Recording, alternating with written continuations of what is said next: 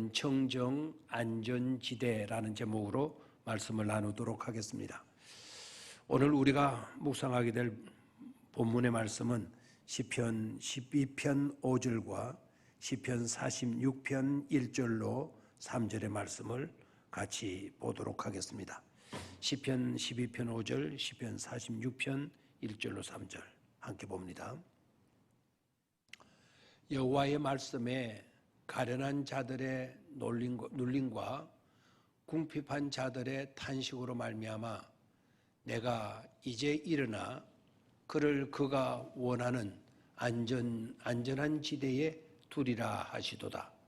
그를 그가 원하는 안전한 지대에 두리로다. 시편 46편 1절로 3절입니다. 하나님은 우리의 피난처시요 힘이시니 환난 중에 만날 큰 도움이시라. 그러므로 땅이 변하든지 산이 흔들려 바다 가운데 빠지든지 바닷물이 솟아나고 뛰놀든지 그것이 넘침으로 산이 흔들릴지라도 우리는 두려워하지 아니하리로다. 아멘. 며칠 전 텔레비전 뉴스에 마지막 청정 지역이던 진도에도 코로나 확진자가 나왔다는 보도가 있었습니다. 이제는 청정지대마저도 사라지게 됐다는 안타까운 뉴스였습니다. 그뿐만 아니라 구제역으로 소와 돼지가 살처분되기도 하고 조류 인플루엔자로 인해서 오리나 닭이 역시 살처분되고 있습니다. 화산이 폭발하고 있고 지진으로 땅이 흔들리고 있습니다. 이제 한국도 지진에 자유롭지 않다고 했습니다.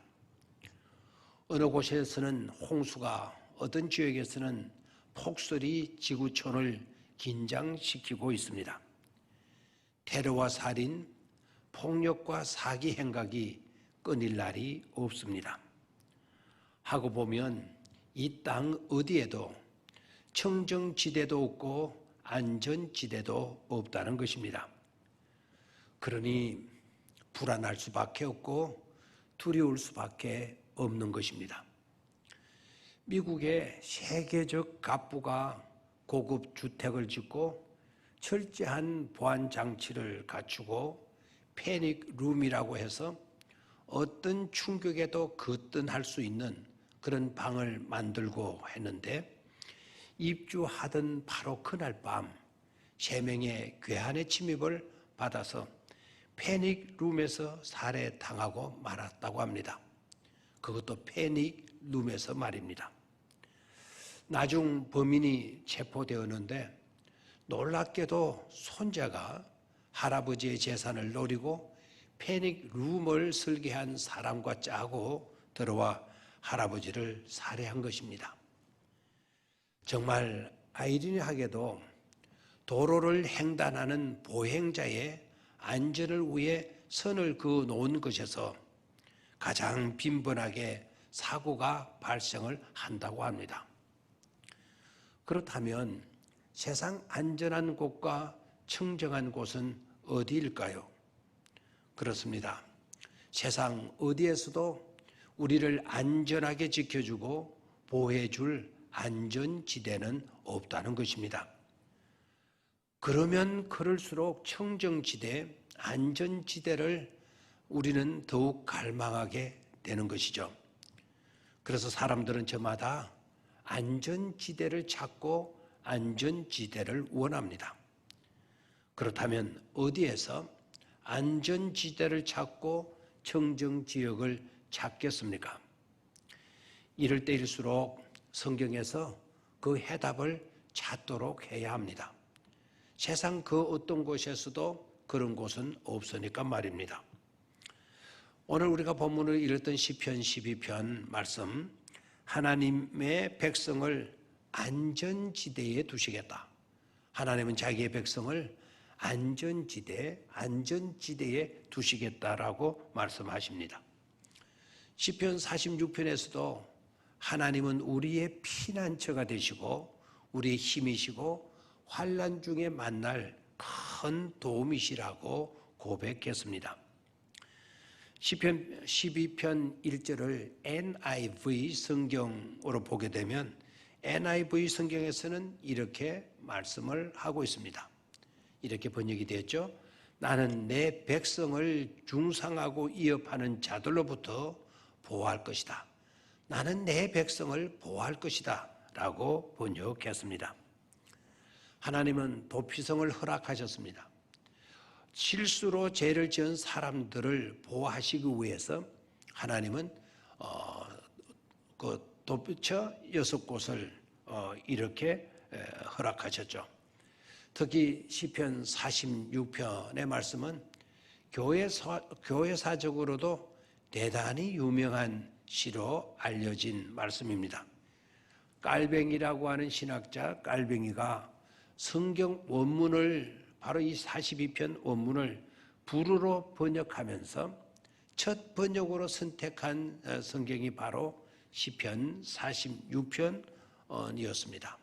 그만큼의 가치가 있고 깔뱅은 이 말씀을 최우선적으로 사랑했던 것이죠. 마틴 루터는 종교 개혁이 위기에 부딪히게 되고 어려워졌을 때 바로 이 시편 46편을 읽다가 큰 은혜를 받고 힘을 얻지 않았습니까? 그때 받은 은혜를 노래로 만들어서 부른 곡이 바로 찬송가 384장입니다. 내 주는 강한 성이요 방패와 병기 되시니 큰 환난에서 우리를 구하여 내시리로다. 내 주는 강한 성이요 방패와 병기시니 큰 환난에서 우리를 구하여 내리시리로다 라는 곡을 지었습니다. 독일 사람들은 이 찬송을 자기 나라의 국가보다도 이 찬송을 더 애창한다고 합니다. 많은 신학교에서는 교가로 이 노래를 부르는 신학교도 많다는 것이죠. 하나님은 우리의 피난처시라. 하나님은 우리의 안전지대이시라는 것입니다. 하나님은 우리의 도피성이 되어주십니다. 도피성은 이 지상의 어떤 곳, 그곳만을 말하지 않고 도피처는 곧 우리 하나님이시다는 것이죠. 찬송가 중에 이런 찬송이 있습니다. 피난처 있으니 환난을 당한 자 이리 오라. 땅들이 변하고 물결이 일어나 산 위에 넘치되 두렵지 않네. 피난처 있으니 환난을 당한 자 이리 오라. 은혜로운 찬송입니다. 국제간례상 망명자는 보호를 받도록 되어 있습니다. 그렇게 세상 법에서도 그렇게 해주는데 하물며 하나님께로 피한 자를 하나님께서 버리시겠습니까? 철저하게 하나님이 지키시고 보호해 주시는 것입니다. 특히 구약 성서에서 말하는 피난처라는 말의 뜻은 높은 곳이라고 하는 그런 의미를 갖고 있습니다. 높은 곳에 올라가면 땅 아래에서 일어나는 일들이 문제될 것이 없습니다. 무슨 이야기입니까? 안전지대는 낮은 곳에 이 땅에 있는 것이 아니라 높은 곳에 있다라는 거예요. 하늘에 있습니다. 하나님이 곧 안전지대입니다. 성경상 믿음의 사람들은 세상의 모진 환난과 혼란 속에서도 높은 곳에서 안전지대를 두고 살았습니다. 십자가 그늘 밑에 나시기 원하네. 저 햇빛 심히 쬐이고 또 주임이 무거워 이 광야 같은 세상에 늘 방황할 때에 주 십자가의 그늘에 내 쉴 곳 찾았네. 내가 편안히 쉴 곳은 주님의 십자가 아래. 평안하게 두려움 없이 안전하게 이렇게 지낼 수 있는 곳은 주님의 십자가 그늘 아래라는 겁니다. 십자가의 그늘 및 주님의 품, 바로 그것이 안전지대입니다. 우리의 안전지대가 어디입니까? 하나님의 품 안입니다. 그리고 십자가의 그늘 말입니다. 그늘 밑입니다. 옛날 한 수도사가 올리브나무, 감람나무를 심었습니다. 그리고 그는 이렇게 기도하였습니다. 이 연약한 나무의 뿌리에 물이 필요하오니 단비를 내려 주옵소서.